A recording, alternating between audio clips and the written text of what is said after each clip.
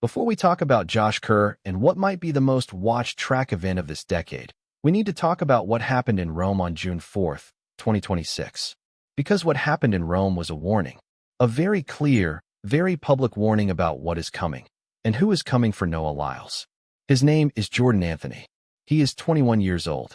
He trains at the same facility as Lyles, under the same coach, beside the man he is trying to destroy. And when the gun fired at the Golden Gala Pro Memorial in Rome that night, Jordan Anthony flew out of the blocks and did something that made every single person watching hold their breath. At 60 meters, he split 6.39 seconds. Let that land for a second. That is faster than the time he ran to win the World Indoor 60-meter title just months earlier in Poland.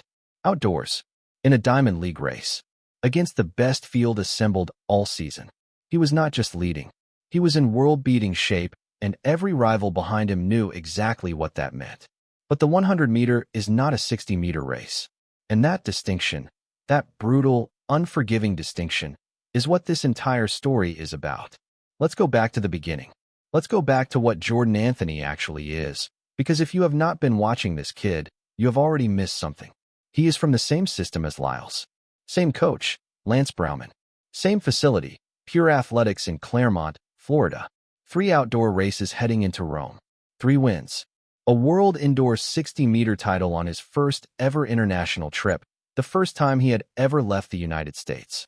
He walked into that indoor championship as a relative unknown and left it 4th on the all-time world list with a 6.41. His season best heading into Rome was 9.91 seconds, set in Gainesville in April, where he was running so relaxed, so completely in control, that he literally shut it down 15 meters before the finish line. He was not trying to run a time. He was conserving. He was managing. He was saying to the world, fast times will come later. And in Rome, they came. Just not fast enough. The field waiting for him at the Golden Gala was not a normal field. This was the kind of lineup that forces you to stop calling it a race and start calling it an event. Marcel Jacobs, the man who shocked the entire planet by winning Olympic gold in the 100 meters at Tokyo 2021, racing at home in Rome in front of an Italian crowd that treats him like a national treasure. Letzel Tebogo, the Olympic 200-meter champion from Botswana, quietly building toward the bigger events later in the season. Ferdinand Omanyala, Africa's fastest man, multiple sub-10 performances, the kind of explosive first half that makes rivals nervous before the race even begins. Akani Simbine at 9.98. Akeem Blake carrying Jamaican speed at 9.99. And tucked into the far corner of the preview articles, barely mentioned, carrying absolutely zero pressure. Emmanuel Esim of Cameroon, sitting on a 10.01 season best and walking into Rome with nothing to lose. And then there was Noah Lyles, Olympic 100-meter champion, 6 World Championship gold medals, personal best of 9.79. The man everyone in that field was measuring themselves against. He had his own doubts to silence. He opened his outdoor season on May 17th in Tokyo, won in 9.95, but posted the worst reaction time in the entire field. He was winning, but the conversations around him had shifted. People were starting to ask whether the next generation was already at his door. Rome was not just another Diamond League race. Rome was the place where he needed to answer the question. The gun fired. Anthony came out first. His acceleration phase was textbook. Clean mechanics. Powerful drive. The kind of effortless force that makes the rest of the field look like they are fighting the track while he is floating above it.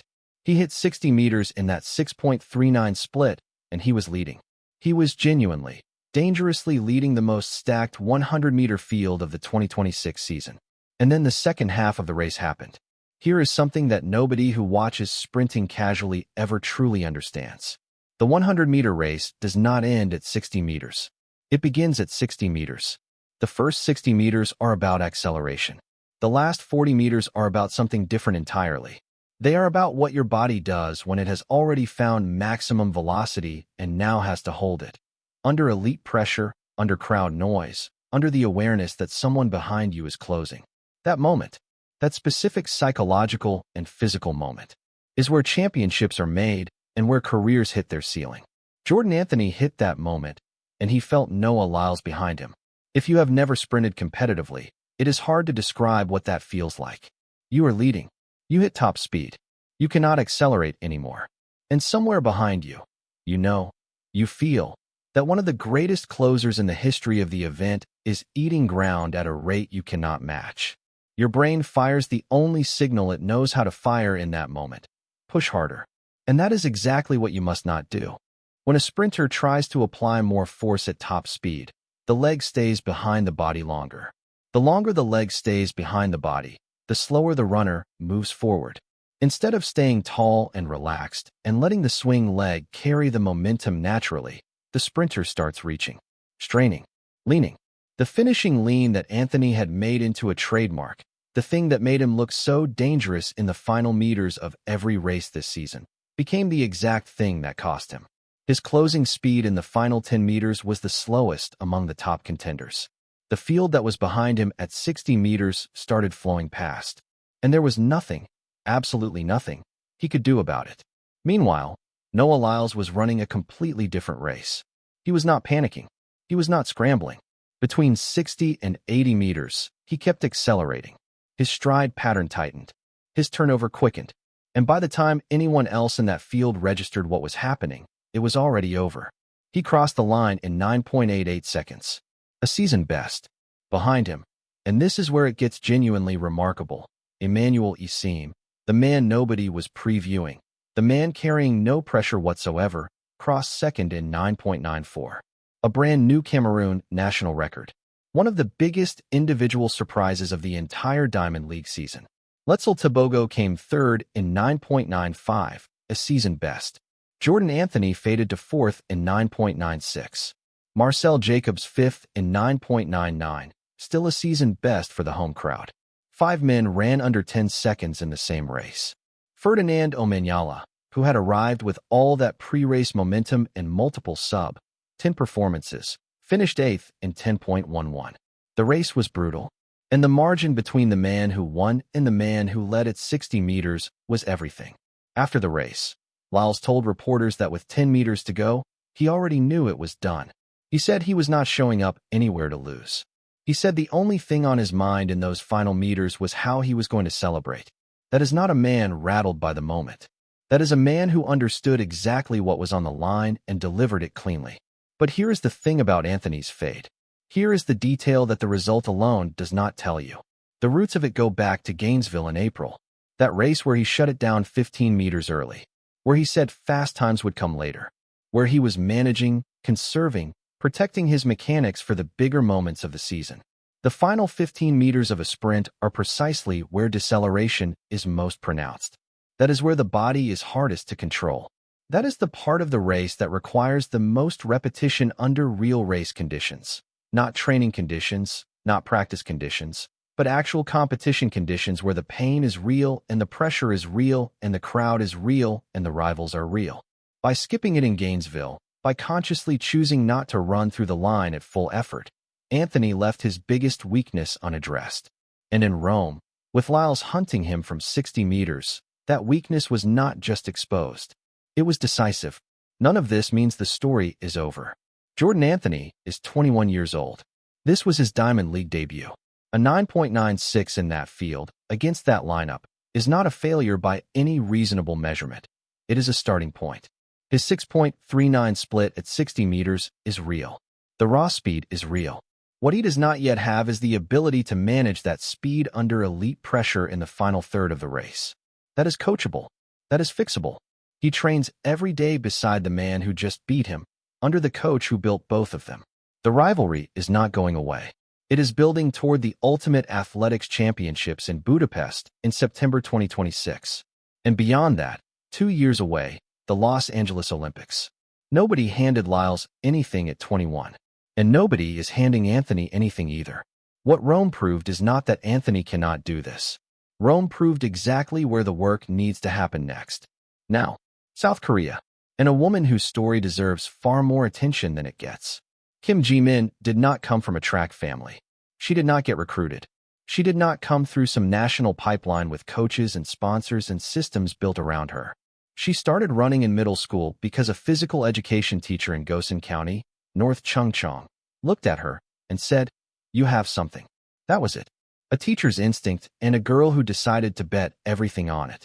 20 years later, that bet has produced one of South Korea's most decorated 400-meter athletes. A woman who ran the 4x400-meter mixed relay leg for her country at the highest level. A woman who holds a personal best that still sits in the World Athletics database today. She was born April 5, 1996. Middle child. 2 older sisters, 1 younger brother. A province better known for mountains than medals. She went to Chungbuk Sports High School. Earned her bachelor's degree in physical education at Jangwon National University. Then kept going. Completed a master's degree at Inha University's Graduate School of Education. The academic track ran parallel to the competitive grind. That combination tells you everything about who she is. Her first major breakthrough came in 2014 when she won the 400-meter hurdles at the 43rd Spring National Middle and High School Athletics Championships. That same year, she took the 400-meter title at the National Sports Festival, a title she would win again in 2017, in 2018, and in 2019. 4 times. Not twice. Not 3 times. 4. In 2018 alone, in a single calendar year, she won the 73rd National University Athletics Championships, the 72nd National Inter-University Track and Field Championships, and placed first in the 400-meter hurdles at the 47th National Individual Athletics Championships. By the time she joined Gosan County office as a professional in 2019, she was already the standard. Every younger Korean 400-meter runner was being measured against her. The 4x400-meter mixed relay, also called the 1600-meter mixed relay, is 4 runners, 2 women and 2 men, each running 400 meters and passing a baton. It sounds simple until you understand what 400 meters at full race pace actually feels like. It is a sprint that becomes agony halfway through. Not the agony of slowing down. The agony of refusing to slow down when every part of your body is telling you to stop. Every runner on a relay team carries not just their own legs, but the position the previous runner left them in. There is no hiding, no recovery lap, no second chance. The event made its Olympic debut at Tokyo 2020, contested in July 2021, and Poland won the inaugural gold in 3 minutes and 9.87 seconds. By the time of Paris 2024, the world record had been pushed to 3 minutes and 7.41 seconds by the United States, though the Netherlands ultimately took gold in the final at 3 minutes and 7.43 seconds. Kim Ji-min ran this event for Korea. On June 4, 2021, at a domestic competition in Yecheon, she was part of the Korean squad that clocked 3 minutes and 31 seconds in the mixed relay, a time logged and verified by World Athletics. Still her registered personal best in the event. That number tells its own honest story. It places Korea in a realistic position relative to the elite relay nations. Building, competing, developing. The gap to the world's best is real, and the Korean program knows it. At the 2025 Asian Athletics Championships at Gumi Civic Stadium, the national team ran 3 minutes and 22.87 seconds, a personal best for the squad, finishing 5th in Asia. India won in 3 minutes and 18.12 seconds. Progress is measurable. The ceiling has not been hit. But Kim's own road got harder before it got easier. In late 2023, she suffered an Achilles tendon injury, the kind that does not just sideline an athlete. The kind that interrogates one. It asks whether you still want it badly enough to do the slow, unglamorous, invisible work of coming back.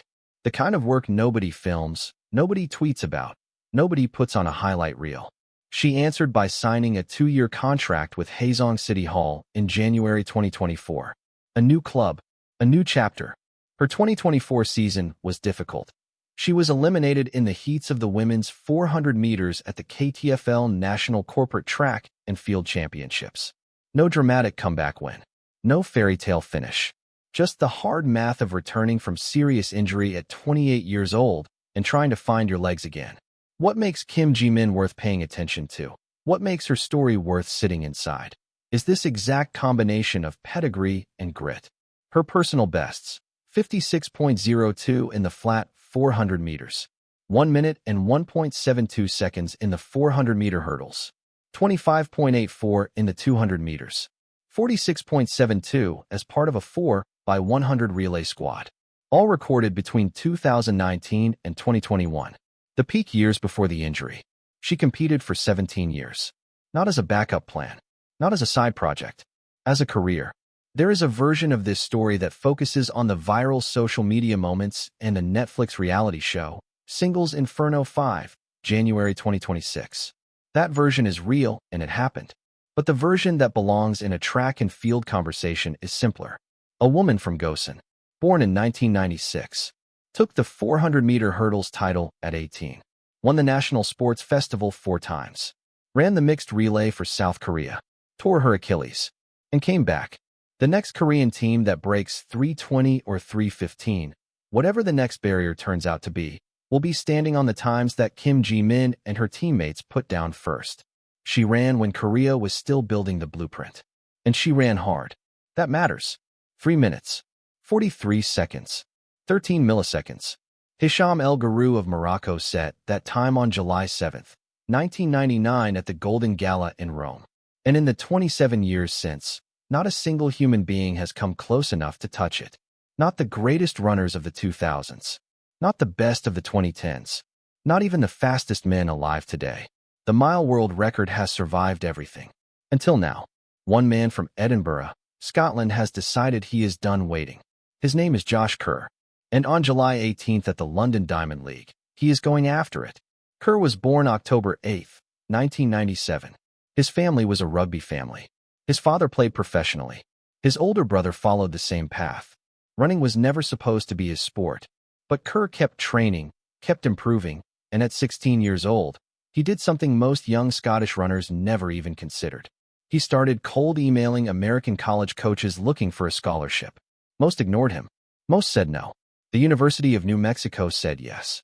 At 17, Kerr packed up and moved to Albuquerque, 5,000 miles from home, to train at altitude and learn what real competition looked like. He won 3 NCAA titles at New Mexico. Before his final college season ended, he turned professional, signed with Brooks Running, and joined the Brooks Beast Track Club in Seattle under coach Danny Mackey. That partnership would shape the next decade of his career. What followed was one of the most consistent climbs in modern middle-distance running. Bronze at the Tokyo Olympics in the 1,500 meters. World champion in the 1,500 meters at Budapest in 2023, running down Jakob Ingebrigtsen on the final straight in a result that genuinely nobody saw coming. In February 2024, he broke Morsley's world indoor record in the 2-mile, running 8:07 at the Millrose Games. At the 2024 Prefontaine Classic, he ran 3 minutes and 45.34 seconds for the mile, breaking Steve Cram's British national record that had stood untouched for 39 years. Cram himself was in the broadcast booth calling that race. When Kerr's time appeared on the scoreboard, Cram said simply, "It's about time." Then silver at the Paris Olympics. Kerr set a personal best of 3 minutes and 27.79 seconds in the 1,500 meters, a time that would have been an Olympic record if Cole Hocker had not been in the race. Earlier this year at the 2026 World Indoor Championships in Turin, Poland, Kerr won the 3,000-meter title for the second consecutive time, holding off Ingebrigtsen by just 0.14 seconds. But the moment that changed everything, the moment that explains why he is going after this record with this level of preparation and this level of obsession, happened at the 2025 World Championships in Tokyo. Kerr was defending his 1,500-meter world title. With 600 meters to go, he got bumped inside the pack, overextended his right leg, and tore his calf. A grade 2 tear. Mid-race. In a world championship final. Most athletes stop. Most athletes walk off the track. Most athletes accept that the race is over and live to fight another day. Josh Kerr did not stop. He limped every remaining meter. He finished 14th and last. His time was 4:11, more than half a minute behind the winner. He could not walk up the stairs afterward to speak to reporters. The Tokyo crowd gave him a standing ovation just for crossing the finish line. He was on crutches for days. And by November 2025, while still in recovery, he was already planning his entire 2026 season around one number. 3 minutes, 42 seconds. This is Project 222. 222 seconds. Not chasing the record by a fraction. Targeting it by more than a full second. Kerr announced it publicly on March 28 alongside Brooks Running. His coach Danny Mackey had a different plan initially, a controlled time trial in California. Perfect conditions. No crowd. Every variable managed down to the smallest detail. Kerr said no. He told Citius magazine, "This is not a record that should be stolen in the night. It should have a full season built around it." He chose London Stadium, the Emsley Car Mile at the London Diamond League. July 18th, 60,000 fans. The entire world watching. Brooks is building him a completely custom racing spike, designed around his exact foot biomechanics.